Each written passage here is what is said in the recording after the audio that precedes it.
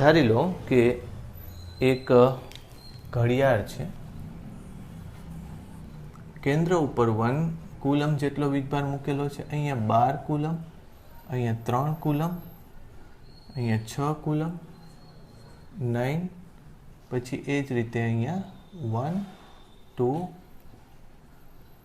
4, 5, 7, 8,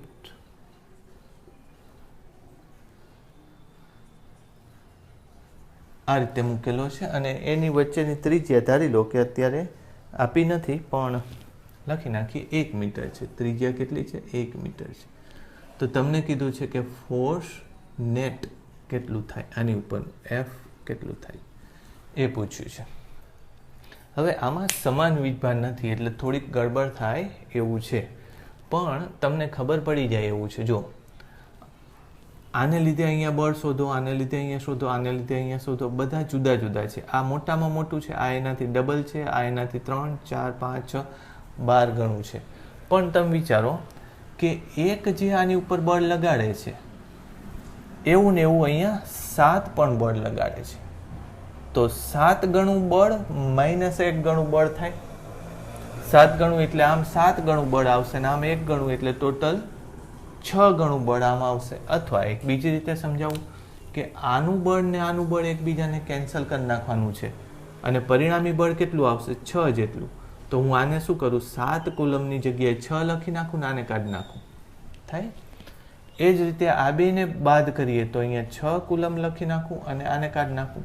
એ જ રીતે આને કરીએ તો 6 કુલમ લખીને આને કાઢી નાખો. ખ્યાલ આવ્યો? એ જ રીતે અહીંયા બધે જ કેટલું આવશે? 6 કુલમ થઈ જશે અને સામેના નીકળી જશે. એટલે તમે પ્રશ્ન એકવાર વ્યવસ્થિત સમજી લેજો, પછી આ મેં કીધું એવી રીતે ચેન્જ કરી નાખવાનું. સામેના બધા જ વીજભાર નીકળી ગયા.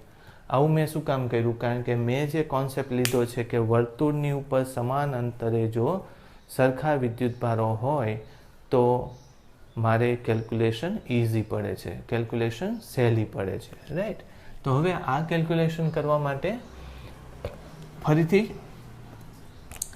આને લીધે કંઈક બળ આમ લાગે છે, રાઈટ? આનું કામ પતી જશે. આને લીધે કંઈક બળ આમ લાગે છે, થાય. આનું કામ પતી જશે. મોઢે જ ગણી નાખવાનું એ બળ કેટલું થશે. એ બંને બળ કેલ્ક્યુલેટ કરતાં આપણને આવડે છે. એટલે આ બળ બરાબર 45ના ખૂણે 1 આવશે. કેટલું આવશે? એક બળની કિંમત હું અત્યારે શું લઈ લઉં? ધારો કે એક બળ કેટલું? F dash. એક બળ એટલે કયું? કેટલું બળ? એ લખી નાખીને ચલો ને. એક બળ એટલે કે પછી 1 કુલમ વીજભાર 6 કુલમ વીજભાર ભાગ્યા 1 મીટર સ્ક્વેર એટલે 6K થશે. 6K બળ આમ આવ્યું, રાઈટ? પછી આને ને આને લઈ લો તમે, બરાબર? પણ એ કેલ્ક્યુલેશન મારા ખ્યાલથી તમને થોડી ડિફિકલ્ટ પડશે કારણ કે પેલું 15 ડિગ્રી વાળું આવે છે, રાઈટ? ઓકે, એક કામ કરો, 15 ડિગ્રી વાળું નથી લેવું, આપણે 90 વાળા લઈએ. આ રહેવા દો, થોડુંક ઇઝી થાય ને એવું કંઈક કરીએ. ઓકે, તો આનું બળ આમ આવશે અને બીજું એની સાથે 90નો ખૂણો આ બનાવે છે. એટલે આ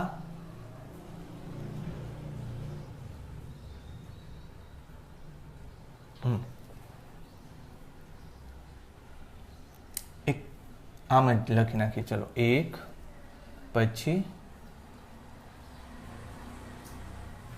આ થશે 2, પછી આ થશે 3, પછી આ થઈ ગયું, આ થશે 4 અને આ થશે 5. આમ લખશો ને એટલે થોડું ઇઝી પડશે તમને, રાઈટ? તો 90 વાળા તો થઈ જશે. જો આ 90 વાળો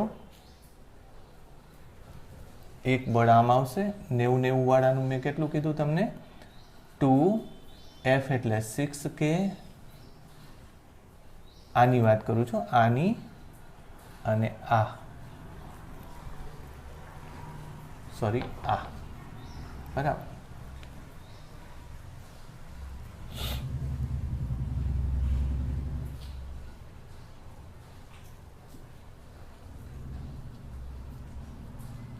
એના કરતાંય વધારે સહેલું આ બેને સોલ્વ કરી નાખો તમે. આ બેને સોલ્વ કરી નાખો એટલે કેટલું થશે? ચલો, બળ 2F એટલે 6K cos, બે વચ્ચેનો ખૂણો કેટલો છે? 60, 60નું અડધું 30 એટલે આ બળ થશે √3 6√3K. એ આ દિશામાં જ આવશે. ખબર પડી? એમાં હું બીજું શું એડ કરી નાખું? આ બળ એડ કરી નાખું એટલે કેટલું એડ કરું? 6K એડ કરું એટલે 6√3 + 1K. એ આ દિશાનું પરિણામી આ 3 બળ આવી ગયું. સમજાણું? આ દિશામાં આ બેનું પરિણામી બળ કેટલું? તો કે 2F cos θ/2. 2F એટલે 6K અને cos θ/2 એટલે cos 30. cos 30 એટલે √3/2. એમાં આ એક બળ પાછું મેં શું કરી નાખ્યું? એડ કરી નાખ્યું. એક એ આવી ગયું એટલે આ બધું જતું રહ્યું. હવે ખાલી આટલું બળ રહ્યું. રાઈટ. પછી આ બેનું પરિણામી બળ ને આ ટોટલ એડ કરીને કેટલું આવે? તો કે 6√3 + 1K. આટલું આવે. એ આમ આવશે. સમજાણું? હવે આ બે વચ્ચે કેટલો ખૂણો છે જુઓ તમે. એ પાછો 90 છે એટલે વળી પાછું 2F F એટલે 6√3 + 1K ઇન્ટુ cos, આ 90 છે ને હવે, ઇન્ટુ cos 90 એટલે 45. બરાબર? 2 આ બેમાંથી એક બળ પછી cos 45. તો કંઈક આવો જવાબ એમાં આવવો જોઈએ. રાઈટ. ફરીથી આ તમે વ્યવસ્થિત લખજો. 6K વાળા 6 કુલમ વાળા વીજભારો આપણે મૂકેલા છે, વચ્ચે 1 કુલમ વીજભાર છે. તો તમારે એની સોલ્યુશન એટલે એડ કરતું જવું પડે. બરાબર? ફરીથી એકવાર હું ડ્રો કરી નાખું છું કે અહીંયા જે વીજભાર છે 1 કુલમ, તો એક વીજભાર આને લીધે આ બાજુ બળ લાગે છે, આને લીધે આમ બળ લાગે છે. બરાબર? એ રીતે બધી જ દિશામાં બળો લેવાના થાય. રાઈટ. હવે એમાં ઇઝી પડે એવું તમારે લેવાય. હું તો કહું છું જો તમે આ બેનું ટોટલ કરીને અહીં મૂકો તોય ચાલે. થોડું વધારે ઇઝી પડશે મારા ખ્યાલથી. મેં શું કર્યું? આ બેનું ટોટલ કરીને અહીંયા, પછી આ 3 ના કર્યા. આ બેનું ટોટલ કરીને અહીંયા, પછી આ 3 ના કર્યા. પાછા બેની દિશા 90 છે. એવું કરવા કરતાં એક અહીંયા ઇઝી પડશે. જુઓ, આ બેનું ટોટલ આ દિશામાં થશે કેટલું? ચાલો ફરીથી. આ બેનું ટોટલ એટલે 2F. F એટલે કેટલું કીધું? 6K. બે વચ્ચેનો ખૂણો કેટલો? આ થશે 60, આ થશે 60, ટોટલ 120નું અડધું એટલે ફરીથી cos 60. સમજાણું? એ આ બેનું બળ આવી ગયું અને એ આ દિશામાં જ આવ્યું. એ કેટલું થાય ટોટલ? હું કરી નાખું તો 1/2 2 નીકળી ગયું એટલે 6K આવ્યું. ચાલો પછી આ બેનું કરી નાખું. એ પણ એ જ દિશામાં આવશે 2 6K.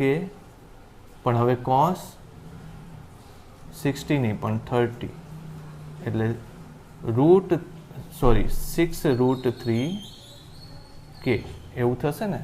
આ બેનું ટોટલ એ બાજુ કેટલું આવશે? 6√3K આવશે. અને એક પોતે બરાબર એ કેટલો? 6K વાળો. એટલે ટોટલ આ દિશાનું બળ કેટલું આવ્યું? આ 3 નો સરવાળો એટલે 6K + 6K + 6√3K એટલે ટોટલ આ કેટલું આવશે? 12K. એટલે 6K બહાર લઈ લો. બરાબર? 6K બહાર લઈ લો. 2 + √3. મારા ખ્યાલથી આમાં 2 આવશે. પેલું આપણે એડ કરતા રહી ગયા હતા. નહીં, ત્યાં 2 નહીં આવે, અહીંયા આવી જશે. અહીં 2 આવી જશે. રાઈટ. એટલે 2√3 આટલું આવ્યું. એ આ દિશામાં આવ્યું. બરાબર? હજુ એક બળ આ બાકી છે અને બે વચ્ચેનો ખૂણો 90 છે. તો એ બેનું ટોટલ સોલ્યુશન કેટલું થાય? પણ આ બે બળો કેવા છે? સરખા નથી. એટલે પહેલું સૂત્ર તમે મૂકી શકશો નહીં. આમાં કેવું આવ્યું? તો આ બે બળ સરખા હતા એટલે 2F cos θ/2 વાળું સૂત્ર મૂકતો હતો. પણ આ બળ ને આ બળ હવે જુદા છે એટલે ત્યારે તમે કયું સૂત્ર મૂકશો? તો કે F1² + F2² પછી 90 ખૂણો છે એટલે પછી કંઈ આવશે નહીં, આમ લખો છો ને તમે F1 square plus F2 square plus 2F1 F2 cos 90 વાળું પદ નહીં આવે, એટલે F1 સ્ક્વેર F2 સ્ક્વેર તમને સીધો જવાબ આપી દેશે. એટલે પરિણામી બળ બરાબર પહેલા બળનો વર્ગ એટલે 6k નો વર્ગ, પછી બીજા બળનો વર્ગ એટલે 6k 2√3 આખાનો સ્ક્વેર એનું રૂટ. આને સોલ્યુશન લેશો તો આવું જ કંઈક આવી જશે તમારે. તમે એકવાર ચેક કરજો. પણ આ ક્વેશ્ચન તમે થોડોક ઇન્ટેલેક્ચ્યુઅલ છે, સારો ક્વેશ્ચન છે. આવા ક્વેશ્ચન તમે કર્યા હોય તો તમને થોડી ફ્રીક્વન્સી આવે કે ઝડપથી તમે એને સોલ્વ કરી શકો. રાઈટ? ઓલ રાઈટ, ચાલો હવે બીજા અમુક આવા પણ ક્વેશ્ચન હોય છે એ પણ લઈએ.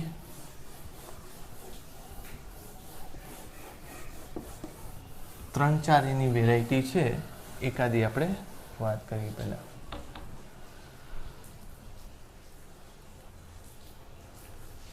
જો આવી રીતે છે, ધારી લો કે અહીંયા 0 1 2 3 4 એવી રીતે અહીંયા 1 કુલમ મૂક્યો છે, પછી સામે કદાચ 2 કુલમ છે. હા, 1 8 27 1 8 27 ને એમ કરતાં કરતાં 10 પાસે 1000 કુલમ એમ વીજભાર મૂકેલો છે.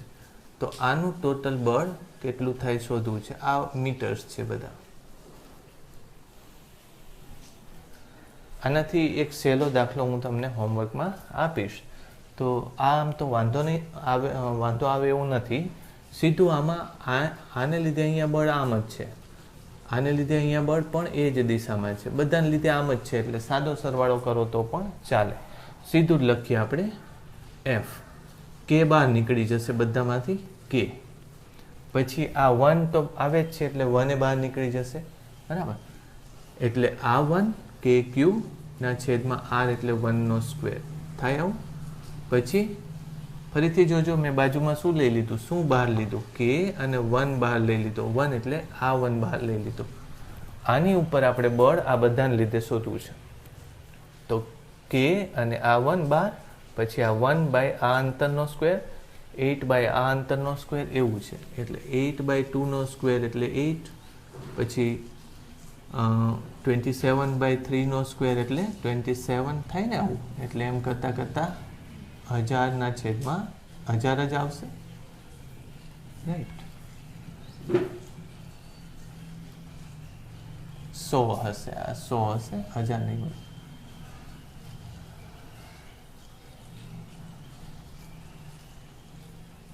સોરી, મેં ભૂલ કરીને. ઓકે, 8 છે તો અહીંયા 4 આવશે. રાઈટ?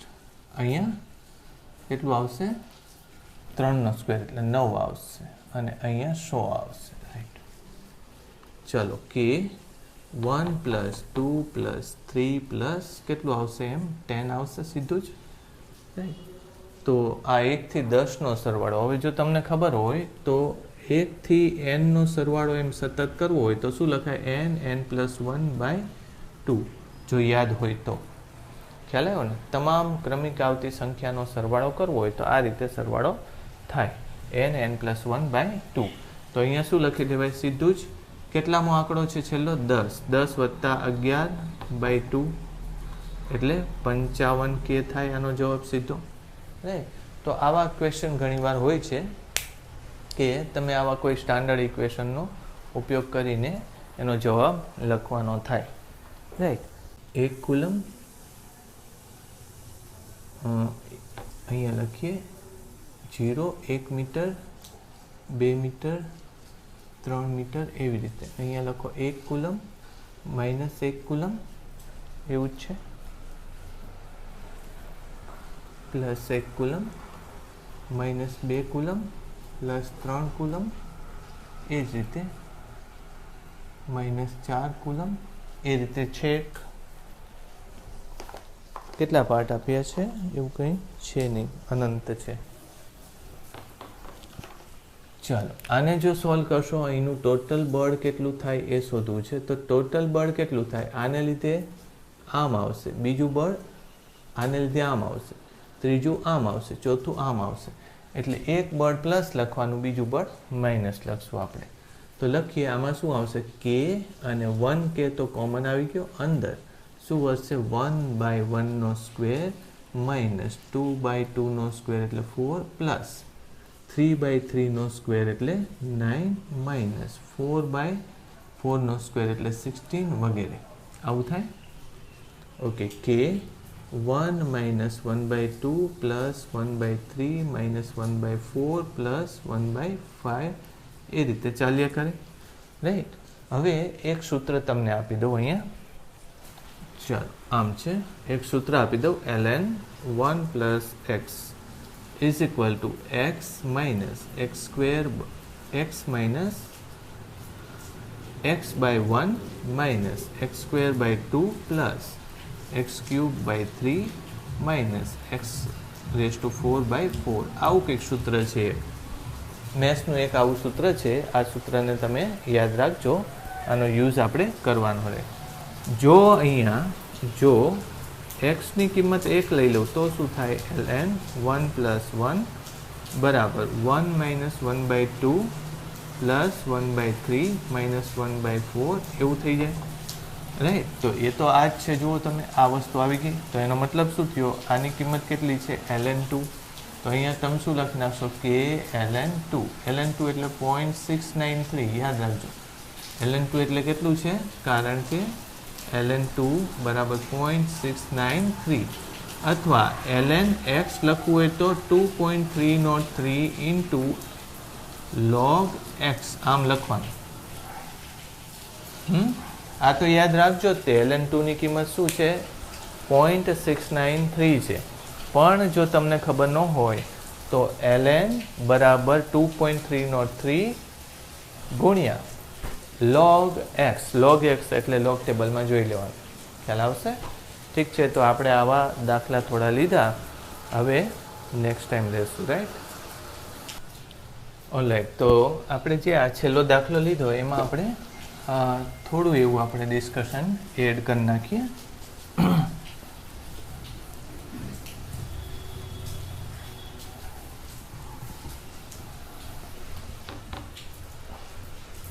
જો હવે અમુક કેલ્ક્યુલેશન થોડી ડિફિકલ્ટ હોય છે, એડવાન્સ હોય છે. એમાં આપણે કલનશાસ્ત્ર એટલે કે કેલ્ક્યુલસનો યુઝ કરવો પડતો હોય છે.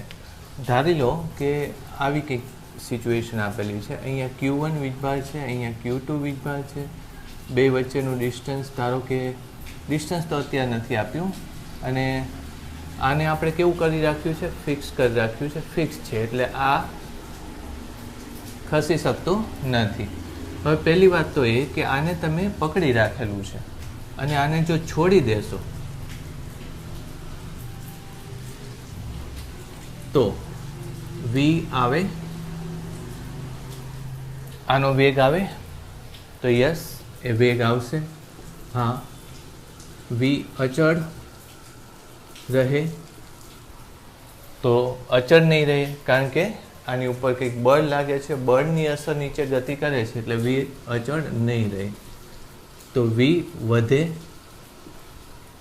તો અંતર વધે છે એમ બળની મૂલ્ય ઘટે છે, બળનું મૂલ્ય ઘટે એટલે પ્રવેગે ઘટે છે, બરાબર. પણ પ્રવેગનું મૂલ્ય ઘટે છે, યાદ રાખજો, પણ પ્રવેગ તો છે જ. એનો મતલબ એમ કે v શું થાય, વધે. તો હા, ફરીથી કહું છું તમને, v ઘટે નહીં, યાદ રાખજો. આગળ જતાં બળ નબળું, અત્યારે જે વેગ છે 10 છે, આગળ જતાં બળ નબળું પડે છે, પણ પ્રવેગ તો છે જ. પ્રવેગ છે એનો મતલબ એમ કે વેગ તો આપશે જ હજુ, તો 10 થી વધશે જ, એટલે યાદ રાખજો v વધશે જ. સમજાયું? એટલે તમે એમ નહીં વિચારવાનું કે જો f ઘટે તો v પણ ઘટે, f ઘટે તો v પણ ઘટતું જાય, ઘટતું ન જાય. જો બળ વિરુદ્ધ દિશામાં લાગે તો ઘટતું જાય, એ સિવાય ન થાય. પછી અહીંયા લખીએ કે એ આવે, એ હોય તો એ તો ખબર છે, હા. પછી પ્રતિપ્રવેગ આવે, ઋણ કે ધન, એ ધન કે ઋણ, તો એ કેવું છે, સામેની દિશામાં જો બળ લાગે તો પ્રવેગ ઋણ, આ દિશામાં બળ લાગે તો પ્રવેગ ધન, એટલે પ્રવેગ કેવો છે? ધન જ છે. એટલે આ નાની નાની વસ્તુ આપણે વાત કરી કે જે આની સાથે એસોસિએટ હતી. હવે સવાલ એ છે આટલી વાત પછી કે જો વેગ વધતો જાય તો x અંતરે પહોંચ્યા બાદ, બરાબર, અથવા તો અહીંથી x અંતરે પહોંચ્યા બાદ એનો વેગ કેટલો થાય? તમને એ પૂછ્યું છે. ત્યાંથી x અંતરે પહોંચ્યા બાદ એનો વેગ કેટલો થાય? હવે x ડેશ લઈએ આપણે સરળતા ખાતર. x ડેશ અંતરે પહોંચ્યા બાદ એનો વેગ કેટલો થાય? તો અહીંયા થોડીક મુશ્કેલી છે. ગણતરીમાં આપણે શું કરવું પડે?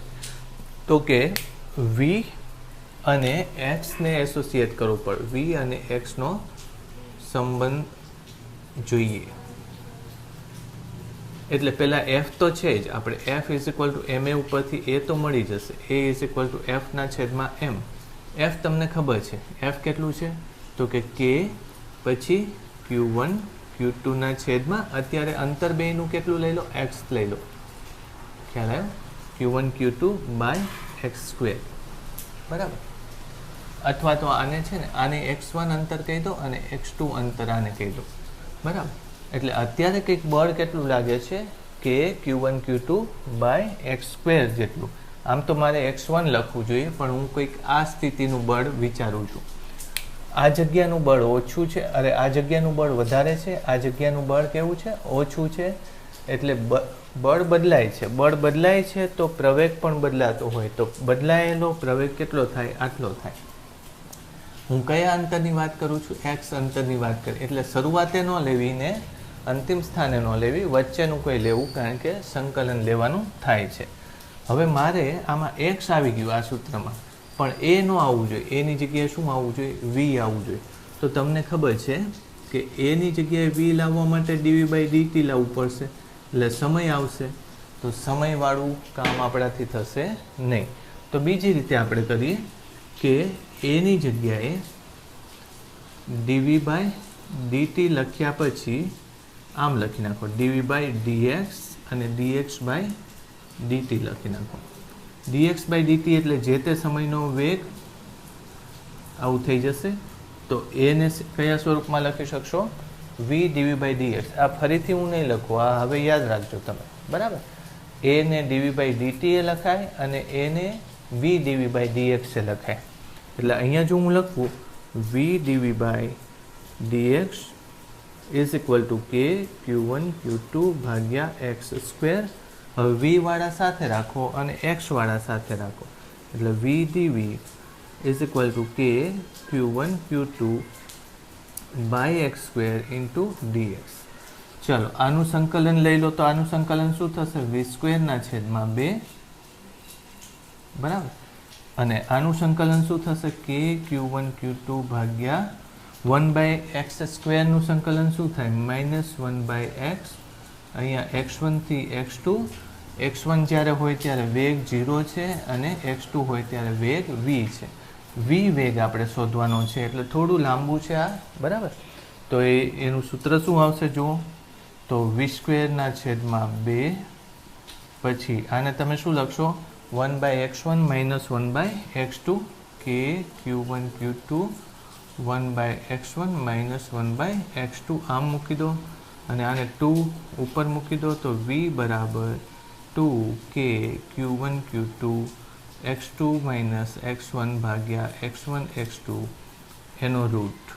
તો મેં આમાં કિંમતો લીધા વગર સૂત્ર આપ્યું, પણ આવા ક્વેશ્ચન મેં કેટલી જગ્યાએ જોયેલા છે. જી નીટમાં પણ આવા ક્વેશ્ચન આવતા હોય છે. તો મેં એક તમને હિન્ટ આપી કે બળ જ્યારે લાગે છે ત્યારે પ્રવેગ તો આવે જ છે, એ તો આવે જ. બળ જો દિશા બદલે તો જ ઋણ પ્રવેગ થાય, નહીંતર પ્રવેગ કેવો થાય? ધન જ થાય. તો બળની દિશા જો અપાકર્ષી બળ હોય તો ધન જ આવશે. v વધે તો ધન હોય તો વધે, ઋણ હોય તો ઘટે. v બદલાય તો આપણે અમુક અંતરે, એટલે x2 અંતરે v કેટલું થાય એવું શોધવું હોય તો v અને x નો રિલેશન જોઈએ આપણે. એને આવી રીતે લેવાય. f = ma. પછી આટલા આવ્યા પછી આની અંદર dv/dt નથી લેવાનું, પણ dv/dx. તો આ મેં તમને એક્સ્ટ્રા કીધું, આ તમે નોંધી લેજો. રાઈટ. તો આ આમાં મેં કિંમતો નથી લીધી, પણ ખાલી સૂત્ર મેળવવાનું શીખવાડ્યું તમને, બરાબર. તો સંકલનનો યુઝ કરીને આ રીતે કેલ્ક્યુલેશન કરી શકાય. ચાલો એનાથી આગળ આવી જ એક વસ્તુ છે,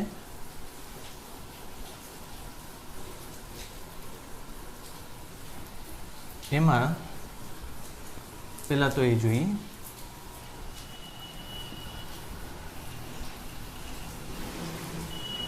બે ટાઈપના ક્વેશ્ચન આમાં બને છે. પહેલાં હું તમને આકૃતિ દોરી દઉં. Q1 અહીંયા Q1 વીજભાર ફિક્સ છે, અહીંયા બીજું દળ છે એનો વીજભાર Q છે, અહીંયા M છે અને ઘર્ષણાંક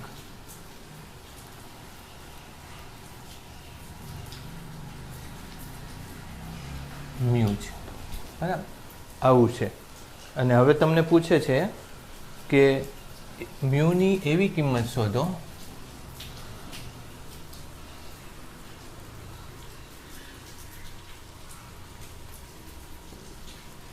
અથવા આમ જ લખીએ ને શોર્ટમાં, મ્યુ બરાબર શું જેથી પદાર્થ સ્થિર રહે, બરાબર. આવો એક ક્વેશ્ચન આવેલો છે. બીજી રીતે આમાં થશે, દળની કિંમત પણ આમાં પૂછાઈ શકે, બરાબર. ઓકે, આ બે વચ્ચેનું ડિસ્ટન્સ તમને ડી આપેલું છે. તો સૌથી પહેલાં તો જો એ સ્થિર રહેવાનો હોય તો મ્યુની કિંમત આપણે લઘુત્તમ જોઈએ કે મહત્તમ જોઈએ એ હમણાં લઈએ. આ બે વચ્ચે અપાકર્ષી બળ લાગે છે કેટલું, કે Q1 ભાગ્યા ડી સ્ક્વેર, અને એને કોણ બેલેન્સ કરતું હોવું જોઈએ, મ્યુ એન, અથવા તો એફ મેક્સિમમ બરાબર મ્યુ એન. આમ થશે, એફ મેક્સિમમ બરાબર મ્યુ એન. એન એટલે નીચે mg થશે, ઉપર n થશે, એટલે nની કિંમત શું મૂકી દેવાય, mg, કારણ કે mg બરાબર n આકૃતિ ઉપરથી, બરાબર. હવે મારે આમાં જો મ્યુ જોતું હોય તો મ્યુની કિંમત શું થશે, મ્યુ બરાબર કે Q1 ભાગ્યા mg ડી સ્ક્વેર, રાઈટ. કે Q1 Q ભાગ્યા mg ડી સ્ક્વેર. જો આ મ્યુની કિંમત આના જેટલી હોય તો એ પદાર્થ સ્થિર હશે. મ્યુની કિંમત આના કરતાં ઓછી થઈ જાય તો એ પદાર્થ સરકવા લાગશે, ખ્યાલ આવે ને. એટલે મ્યુની કિંમત કેટલી હોવી જોઈએ, આના કરતાં વધારે હોવી જોઈએ, ખ્યાલ આવ્યો. એટલે મ્યુની કિંમત આટલી અથવા આના કરતાં વધારે હોય તો એ પદાર્થ સ્થિર રહેશે, રાઈટ. તો આ મ્યુની કિંમત કેવી છે, આ મિનિમમ મ્યુની વેલ્યુ આમ હોવી જોઈએ, બાકી મિનિમમ વેલ્યુ ઓફ મ્યુ કેટલી હોવી જોઈએ, તો એ આપણે લખ્યું કે મિનિમમ વેલ્યુ કે Q1 Q ભાગ્યા mg ડી સ્ક્વેર, આવું થવું જોઈએ, રાઈટ. તો તમે એક આ ક્વેશ્ચન આવેલો છે, આમાં કિંમતો મૂકીને તમને આ ક્વેશ્ચન પૂછી શકે કે મ્યુની કિંમત ઓછામાં ઓછી કેટલી, તો આ લખવાનું. અથવા મ્યુની કિંમત કેવી હોવી જોઈએ, તો કે આ અથવા આનાથી વધારે હોવી જોઈએ. તો જો આવા ક્વેશ્ચનમાં તમે ખાલી, અને જો તમને ખ્યાલ હોય તો આ વસ્તુ શું છે, તો કે વિદ્યુતીય બળ પણ અંતરથી સ્વતંત્ર. આ વસ્તુ શું છે, તો કે ગુરુત્વાકર્ષણ બળ, એમાં અંતર આવી જાય છે. જો આ બે વચ્ચેનું ગુરુત્વાકર્ષણ અને વિદ્યુત બળની સરખામણી કરવાની હોય તો શું થાય છે, તો કે Q આ ડી સ્ક્વેર બેમાં નીકળી જશે. એટલે ઉપર શું આવશે, તો કે K અને નીચે આવશે G, અથવા તો ઉપર વિદ્યુતીય બળ ભાગ્યા ગુરુત્વાકર્ષણ બળ, એની કિંમત તમને ખબર હોય છે, બરાબર. એટલે પણ એ અમુક ડિસ્ટન્સ માટે લેવાનું, ડિસ્ટન્સ એમાં નીકળી જાય છે અને અચળાંકો એમાં આવતા હોય, પણ એ મોટા ભાગે નથી આવતું. એક જગ્યાએ આવશે ત્યારે હું તમને એ કરાવી દઈશ. સારું, હવે આના ક્વેશ્ચનની અંદર એફનો મ્યુ મેં વાત કરી, એ જ રીતે ક્યુનો ગાળો જેથી પદાર્થ સ્થિર રહે. તો ક્યુને અહીંથી કરતા બનાવી દો, એટલે ક્યુ બરાબર મ્યુ mg ભાગ્યા કે Q1 અને ડી સ્ક્વેર ચેક કરજો જોઈએ આવો કંઈક ક્યુ આવશે. પણ તમે વિચારો કે ક્યુ જ્યારે ધન છે, આ ક્યુ જ્યારે ધન છે એટલે આ દિશાના આપણે બળની વાત કરીએ છીએ, બરાબર? ત્યારે ક્યુની કિંમત કેટલી હોવી જોઈએ? આટલી હશે તો પદાર્થ છેલ્લી વાર સ્થિર હશે, આના કરતાં વધી જશે તો પદાર્થ સ્થિર નહીં હોય. એટલે ક્યુ આ કેવો થયો? મિનિમમ ક્યુ થયો. મિનિમમ ક્યુ મ્યુ mg ભાગ્યા કે Q1 ડી સ્ક્વેર આટલો થયો. મારી વાત સમજાણી? ક્યુની કિંમત આટલી હોય તો છેલ્લી વાર એ સ્થિર રહેશે પદાર્થ. ક્યુની કિંમત આનાથી વધી જશે તો પદાર્થ સરકવા લાગશે. વાત સમજાણી? હવે બીજી વાત કરીએ આના રીતે કે ક્યુ માઇનસ લઈએ તો શું થાય? તો ક્યુ માઇનસ લઈએ તો આ દિશામાં બળ લાગે, બરાબર? એક બળ આમ, ઘર્ષણ બળ આમ થશે એટલે સૂત્ર તો આનું આ જ આવશે, બરાબર? તો ક્યુની મેક્સિમમ કિંમત કેટલી લેવાની? ક્યુની મેક્સિમમ કિંમત કેટલી લઈ શકાય? તો કે માઇનસ આવું થશે, બરાબર? જો એટલે ક્યુની કિંમત, સોરી મારી ભૂલ થઈ, ક્યુ જે આ કિંમત છે આટલી ક્યુની કિંમત રાખશો તો પછી એ સરકવા લાગશે અને આ બાજુનું બળ જ્યારે લાગવા લાગે ત્યારે ક્યુ, એટલે ક્યુની કિંમત આ બેની વચ્ચે રહેવી જોઈએ. મ્યુ mg કે Q1 ડી સ્ક્વેર પછી લેસ ધેન ક્યુ લેસ ધેન એનાથી ગ્રેટર ધેન હોવી જોઈએ અને મ્યુ mg બાય કે Q1 એટલે આના કિંમત કરતાં આટલી કિંમત રાખી દો તમે ક્યુની મહત્તમ તો એ સ્થિર હશે. ક્યુની આના કરતાં કિંમત વધી જશે તો આમ ખસવા લાગશે. એટલે મહત્તમમાં મહત્તમ ક્યુની કિંમત કેટલી રાખવાની? આટલી રાખવાની.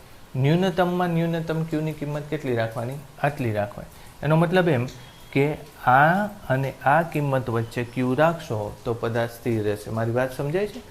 આને આ દિશામાં ખેંચવા માટે મૂલ્ય તો આટલું જ જરૂર પડશે પણ માઇનસ બળ રાખવાનું. પછી જો ક્યુની કિંમત એના કરતાં વધી જશે તો આ દિશામાં સરકવા લાગશે પણ માઇનસ કિંમત કરતાં વધુ એનો મતલબ એમ કે ઋણ દિશામાં, એટલે સૌથી વધારે કિંમત આની આ હશે. એ જ રીતે સૌથી ઓછી કિંમત. એટલે આ ક્વેશ્ચન તમારે JEE-માં આવેલો છે. JEE-માં પછી કોઈ ઓલિમ્પિયાડનો ક્વેશ્ચન છે મારે ક્યાંથી, ફિઝિક્સ ઓલિમ્પિયાડનો છે, બરાબર? એ ક્વેશ્ચન છે. એટલે ઓછામાં ઓછા ક્યુની કિંમત આટલી રાખવાની, વધારેમાં વધારે ક્યુની કિંમત આટલી રાખો તો એ સ્થિર રહેશે. મારા ખ્યાલથી આ બીજો ભાગ તમને થોડો અઘરો લાગ્યો હોય પણ પહેલો ભાગ ઇઝી છે, પહેલો ભાગ કરી શકાય એવો છે. વાત સમજાણી? તો આ અત્યારે જે દાખલા લઈએ છીએ થોડા ડિફિકલ્ટ ટાઈપના દાખલાઓ આપણે કરીએ છીએ, રાઈટ? એ જ રીતે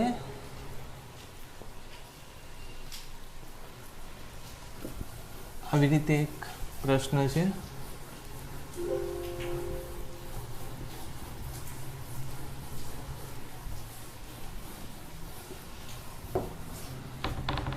જો એક સળિયો છે એની ઉપર વિદ્યુતભાર મૂકેલો છે, લેમ્બડા વીજભાર ઘનતા કુલમ પ્રતિ મીટર.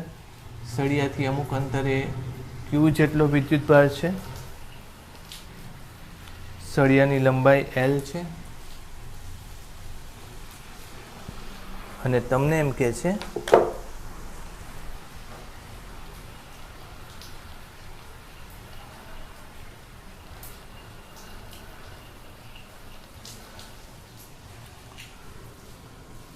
આની ઉપર બળ કેટલું આવશે, કોને લીધે? આ સળિયાને લીધે. આને ધારી લો કે અત્યારે R અંતર કહી દઈએ, બરાબર? તો એ કેટલું બળ આવશે એ આપણે જાણવું છે, અથવા તો આ અંતર D લઈ લો ને.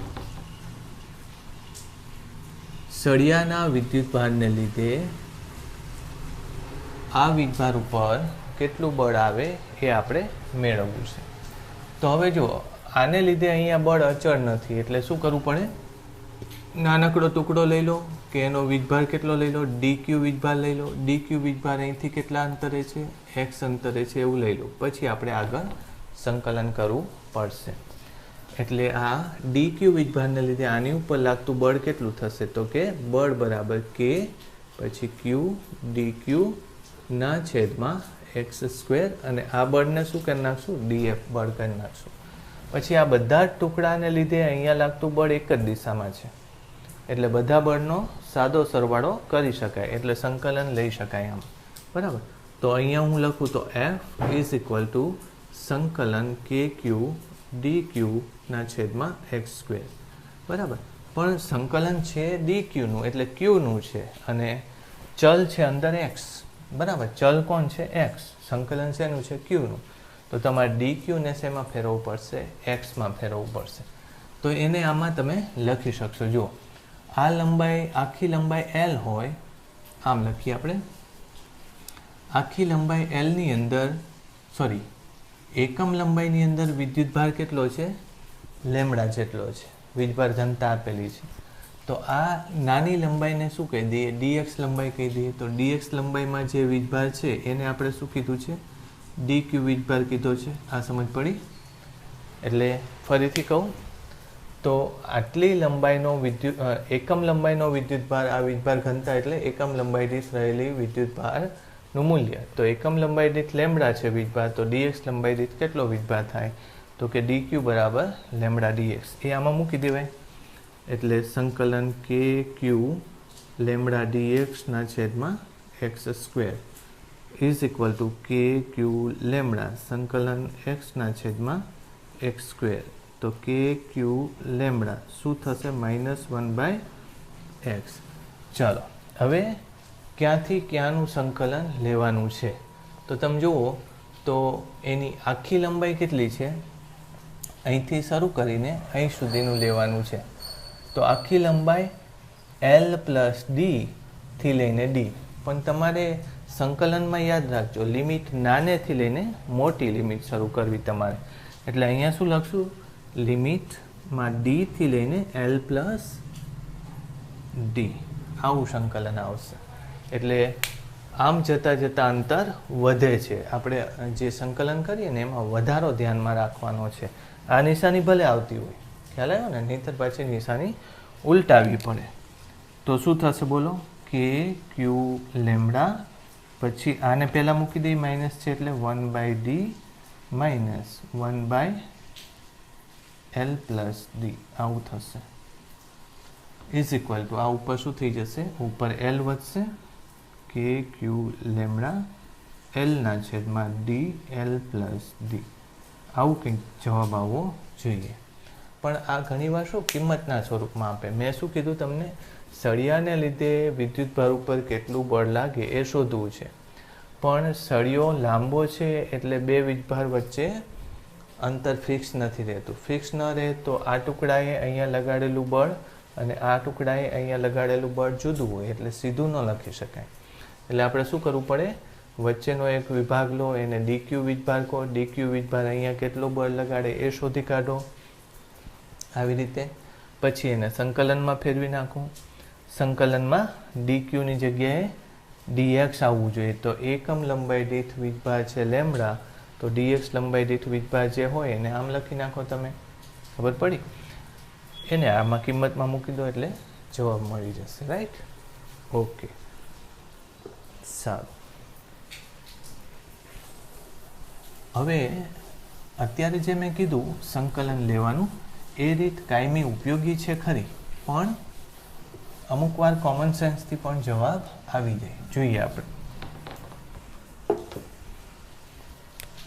જેમ કે એક સહેલી વાત કરી દઈએ. આ રીતે ધારી લો કે અર્ધ વર્તુળાકાર ચાપ છે આપણી પાસે. એની ઉપર કુલ વીજભાર કાં તો આપી દીધું હોય કાં તો લેમડા કુલમ પર મીટર જેટલું આપેલું હોય. આ અંતર આર આપેલું છે. આ વીજભાર છે ક્યુ. તમને એમ કહે છે કે આની ઉપર કેટલું બળ લાગુ પડે. વાત સમજાણે. તો એ બળ આપણે શોધવું છે. એકચ્યુઅલી બળ આમાં જો તમે વિચારો તો બળની દિશાઓ જુદી જુદી આવે છે.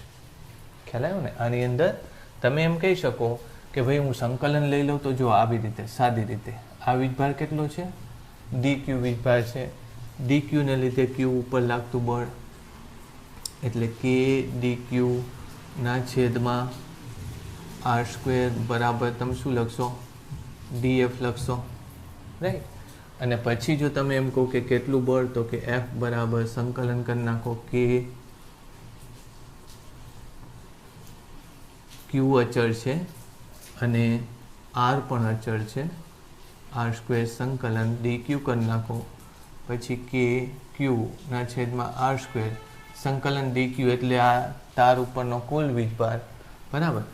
એકમ લંબાઈ દીઠ વીજભાર લેમડા છે, તો આનો ચાપ કેટલો થાય, આનો ચાપ કેટલો થશે, તો કે પાઈ આર ચાપ દીઠ જે વીજભાર આવે એ વીજભારની વાત કરીએ છીએ, કે ક્યુ અપોન આર સ્ક્વેર લેમડા પાઈ આર, આવું થાય. પણ આ વસ્તુ ખોટી છે. શું કામ ખોટી છે? કારણ કે આપણે સદિશ ધ્યાનમાં લીધું નથી.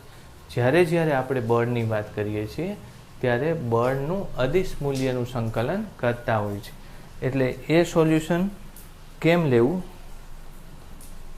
એ લઈએ, બરાબર. એ સોલ્યુશન આમ તો આ વસ્તુ હું તમને છે ને વિદ્યુત ક્ષેત્ર ઉપરથી પણ સોલ્વ કરાવીશ, પણ આ સોલ્યુશન અત્યારે લઈ લઈએ. જુઓ, આપણે અહીંયા અત્યારે બળ જે લાગુ પડે એની માટે આમ વિચારવું પડે. આ ખૂણો કેટલો છે, થીટા, એટલે અહીંયા એક બળ લાગુ પડ્યું.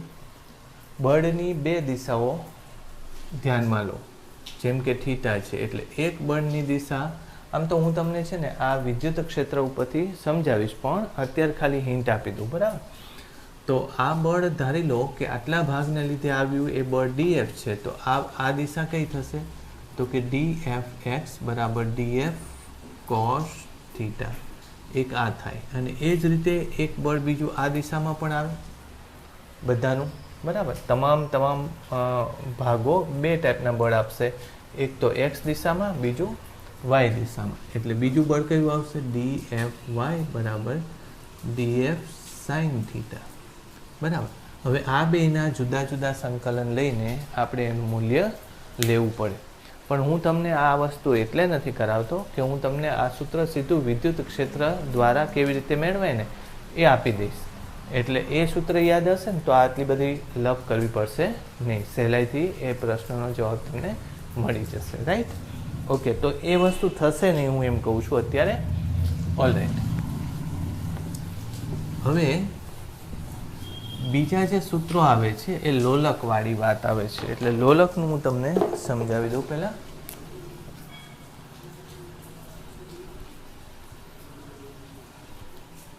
આ રીતે ધારો કે બે સમાન વીજભાર રાખેલા છે, તો આ પ્રશ્નો ખૂબ કોમન છે, એટલે એના સૂત્રો તમે યાદ રાખી લેજો, મોઢે કરી નાખજો. આ બળ કેટલું થશે, તો કે ક્યુ સ્ક્વેરના છેદમાં આર સ્ક્વેર.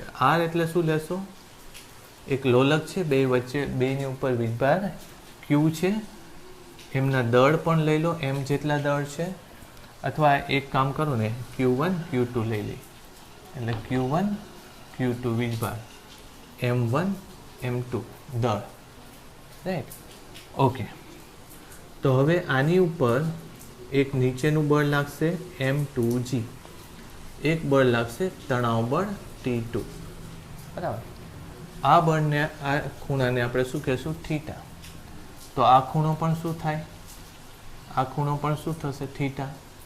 તો ટીનો એક ઘટક આ બાજુ T2 કોસ થીટા અને એક ઘટક આ બાજુ આવશે T2 સાઇન થીટા, બરાબર. હવે જો આ લોલક સ્થિર હોય તો યાદ રાખજો, આને શું લખાય, કે Q1 Q2 ભાગ્યા આર સ્ક્વેર બરાબર T2 સાઇન થીટા, બરાબર. અને એ જ રીતે ઉપર નીચેનું બળ T2 કોસ થીટા બરાબર નીચેનું બળ M2G.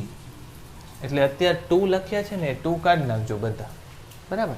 તો આવું એક સૂત્ર થાય.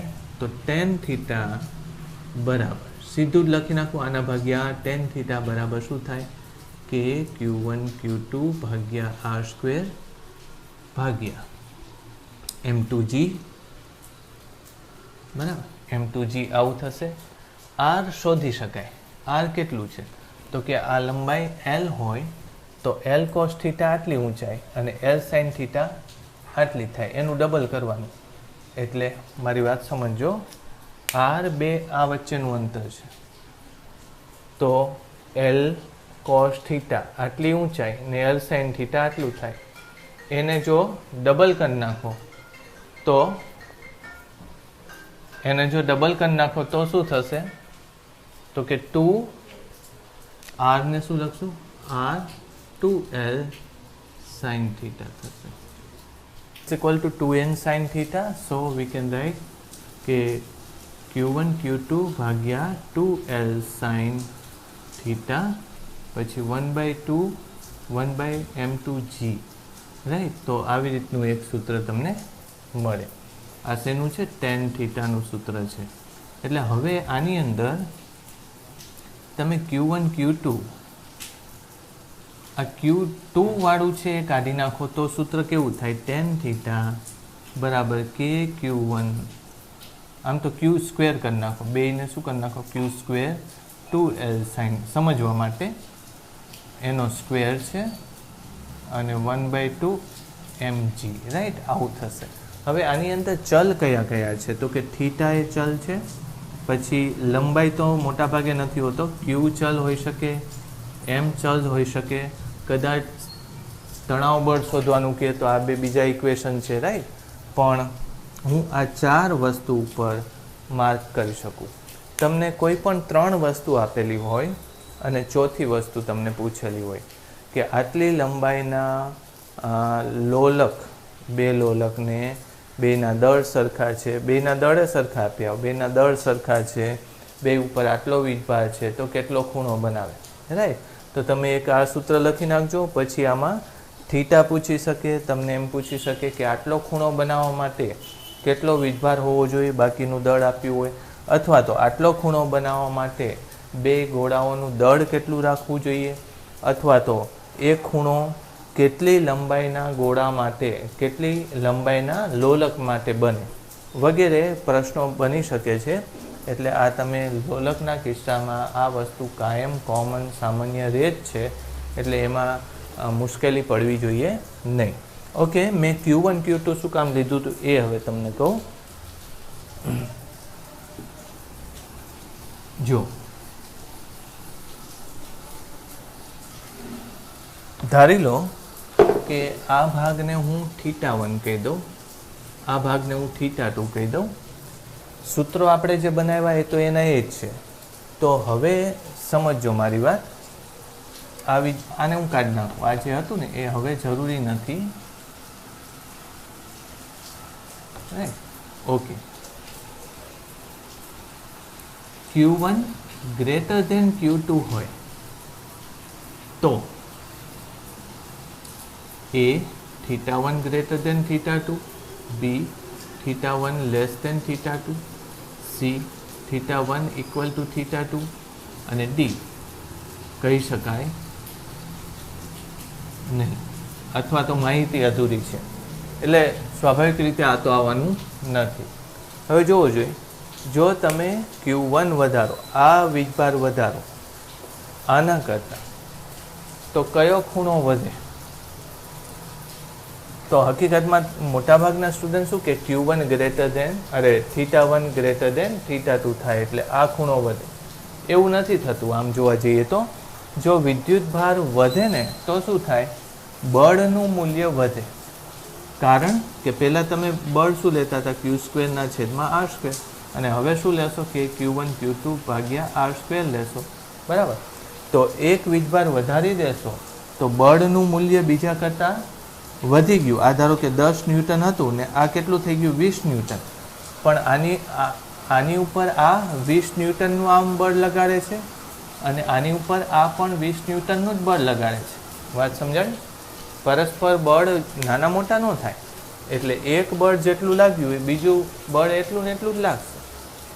તો અહીંયા શું કહી શકાય કે θ1 અને θ2 હજી સરખા જ હશે. બળ વધવાને લીધે પહેલાં આટલે ખૂણો હતો એ ખૂણો મોટો બનશે, પણ આ બે ખૂણા તો કેવા રહેવાના? સરખા જ રહેવાના. તો આ એક નોંધી લેજો કે જો વિદ્યુત ભાર વધારો કે ઘટાડો કરો તો બળમાં કંઈ ફેર પડતો, બળમાં વધારો થાય છે, પણ બંને થીટા હજુય કેવા રહે છે? સેમ જ રહેશે, સરખા જ રહેશે. કરેક્ટ. ચાલો એવી જ રીતે જો હું એમ કહું કે m1 ગ્રેટર દેન m2 હોય તો આના આ જ પાછા option m1 greater than m2 હોય તો ઓપ્શન એના એ જ છે. ચાલો એમાં શું લખશું? એમાં જુઓ તો કે m1 ગ્રેટર દેન m2 હોય તો આ બે બળ કેવા થયા? હજુ આ બે બળ તો સરખા જ છે, પણ m1 ની કિંમત આ બળ વધારે છે, આ બળ ઓછું છે. બરાબર. એનો મતલબ શું થયો કે એક બાજુ આવી રીતે લોલક હતું, આ દળ કેવું થયું? વધી ગયું આના કરતાં.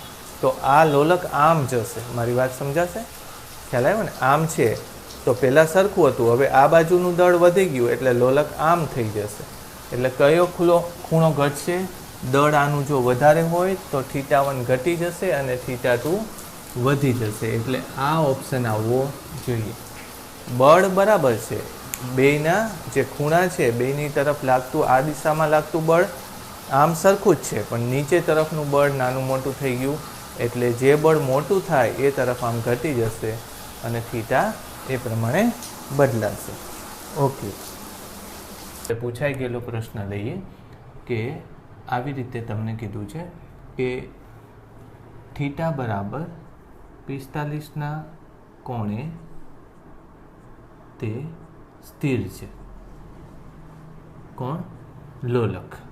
એટલે કે આવી રીતે આપણે લઈએ. લોલકના દળ બેયના સરખા છે, બેયના વિદ્યુતભાર પણ સરખા છે, 45ના કોણે સ્થિર છે. બરાબર. હવે આપણે શું કરવાનું છે કે એને 37ના ખૂણે લઈ જવાનું છે. એટલે લોલકને 37ના ખૂણે લઈ જઈને છોડી દેવાનું છે. બરાબર. તો જ્યારે θ બરાબર 37 ત્યારે તેને પહેલાં તો પ્રવેગ હોય, આ પહેલી વાત. બરાબર. અને જો હોય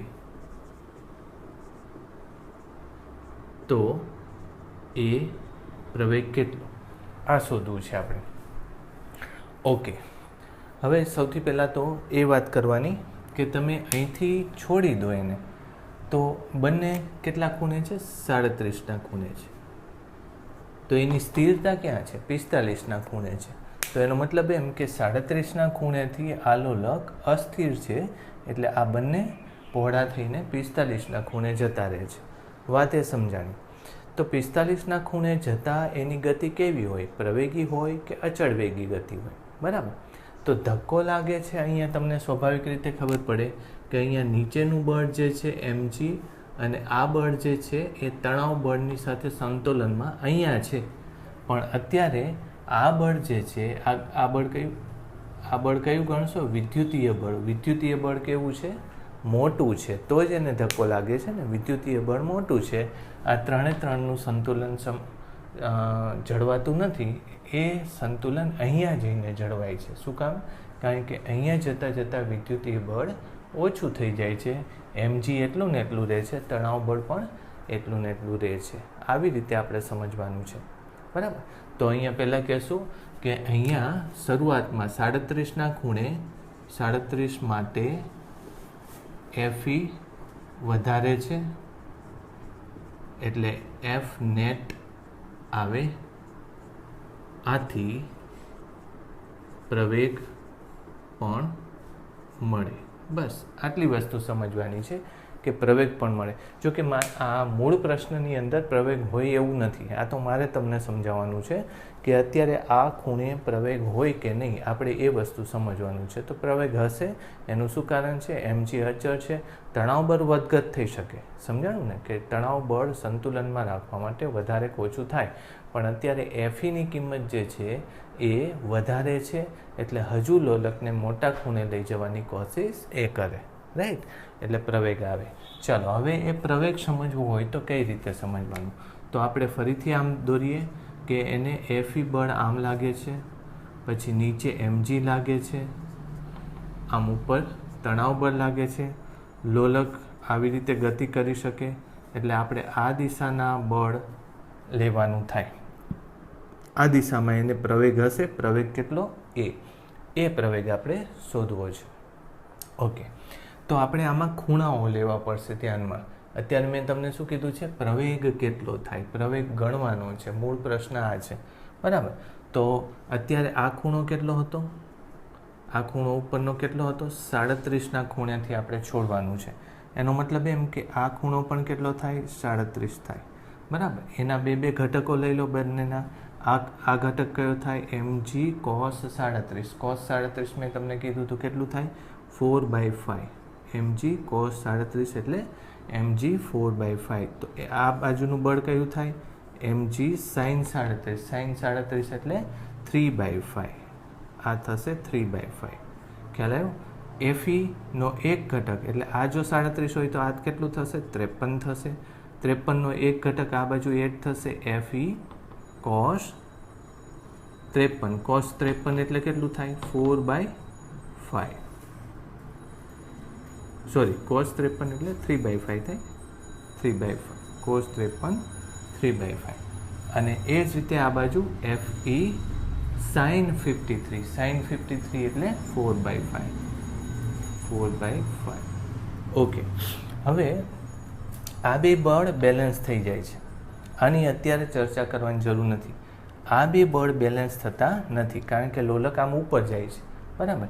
એટલે જો પરિણામી બળ હોય F નેટ, તો F નેટ બરાબર કયું બળ મોટું? તો કે 4/5 Fe મોટું છે માઇનસ એમાંથી 3/5 mg બાદ કરવાનું થાય એવું. ઓકે, આને આપણે સૂત્ર નંબર 1 આપશું, બરાબર. હવે Fe અત્યારે કેટલું? બરાબર, તો કે Fe બરાબર kq² ના છેદમાં મેં તમને કીધું હતું r². r એટલે તમને આવું લખાયું હતું, મેં આ અંતર લીધું હતું, બરાબર. r તો એ r અંતર લેવું હોય તો શું કર્યું હતું આપણે? આ લોલકની લંબાઈ જો l હોય તો l cos થીટા એ આ લંબાઈ થાય, l sin થીટા એ આ લંબાઈ થાય. એ અડધી લંબાઈ થઈ એટલે 2l sin થીટા લખવું પડે. એટલે 2l sin થીટા આમ આવે.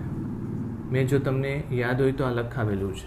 હવે આ જગ્યાએ અત્યારે sin થીટા કેટલું? તો sin 37 છે. કેટલું છે? આ ખૂણો કેટલો છે? 37 છે. સમજાણી વાત? તો અત્યારે ફરીથી જો લખીએ તો આ શું કેટલું થશે? kq² છેદમાં પછી 4l² એમ લખી નાખીએ. પછી sin 37 એટલે કેટલું થાય? તો કે 3/5 વાત સમજાય છે? sin 37 એટલે 3/5 એટલે આ આવશે 9/25. ફરીથી એકવાર 25/9 kq² ના છેદમાં 4l². આ એમ લખીએ. આને સમીકરણ 2 કહી દઈએ. ઓકે, એને આપણે આમાં મૂકવું પડશે. એટલે F નેટ એટલે 4/5 પછી પાછું 25/9 પછી kq² by 4l² minus 3/5 mg. Right? આમાં અમુક વસ્તુ નીકળી જશે, કાઢી નાખશું આપણે. ઓલરાઈટ. પછી એમ કહે છે કે 45ના કોણે એ કેવું છે? સ્થિર છે. તો 45ના કોણે તમે જો કમ્પેર કરો તો આ જ વસ્તુ લેવાની. શું લેશો તમે? કે Fe જો યાદ હોય તો આપણે આ બાજુનું Fe એટલે કેટલું થશે? થીટા બરાબર 45 માટે, બરાબર. આમ લેવાનું હતું. તો એમાં બે બળો સરખાવ્યા હતા, tan થીટા વાળું, તમને જો યાદ હોય તો મેં તમને કીધું હતું કે tan થીટા, બરાબર. જો ફરીથી એકવાર હું તમને કહી દઉં કે આ ખૂણો થીટા થાય, પણ આ 37 નહીં, પણ હવે કેટલો ગણવાનો? 45 ગણવાનો. એટલે શું લખશો? t cos થીટા બરાબર નીચેનું બળ mg અને t sin થીટા બરાબર Fe એટલે kq² ના છેદમાં 2l sin 37 નહીં, પણ હવેનો ખૂણો કેટલો છે? 45. એટલે sin 45. sin 45 એટલે અહીંયા હું સીધું કરી નાખું 1/√2 આખાનો સ્ક્વેર. એટલે જો આના ઉપરથી હું જો લઉં તો tan થીટા આ ભાગ્યા આ બરાબર કેટલું થાય? kq² ના છેદમાં 4l². પછી આ થઈ જશે 1/2. સમજ પડી? એના છેદમાં mg. મારા ખ્યાલથી હવે ક્લિયર થઈ ગયું તમારે, બરાબર. ઉપર 2 જતું રહેશે ઓકે, તો 2 અહીંયા રાખી દઈએ. તેથી 1045 છે. આ કેટલું છે? 1045. 1045 બરાબર કેટલું થાય? 1. 45 કોન્સ્ટન્ટ છે ને, તો 1045 બરાબર 1. તો કે ક્યુ સ્ક્વેરના છેદમાં 4L² બરાબર આ 2/mg છે, એટલે એ mg/2 લખવાનું થાય. વાત સમજાણી કે નહીં? mg આમ ઉપર જતું રહેશે, આ 2 ઉપર હતો એ 2 નીચે જતો રહેશે. બરાબર, તો અહીંયા મૂકી દઈએ આપણે આ 5/20/9. પછી આની જગ્યાએ હું શું મૂકી દઉં? mg/2 -3/5 mg. આ થશે 10. બરાબર, ઓકે. તો આ 50 અને -27, એટલે 50 - 27/45. જોજો મેં કંઈ ભૂલ નથી કરી ને. 50 - 27/45 mg. રાઈટ, તો એનો મતલબ આ કેટલું થશે જોવું જોઈએ? 30, 40, 50 એટલે 23 થશે. 23/45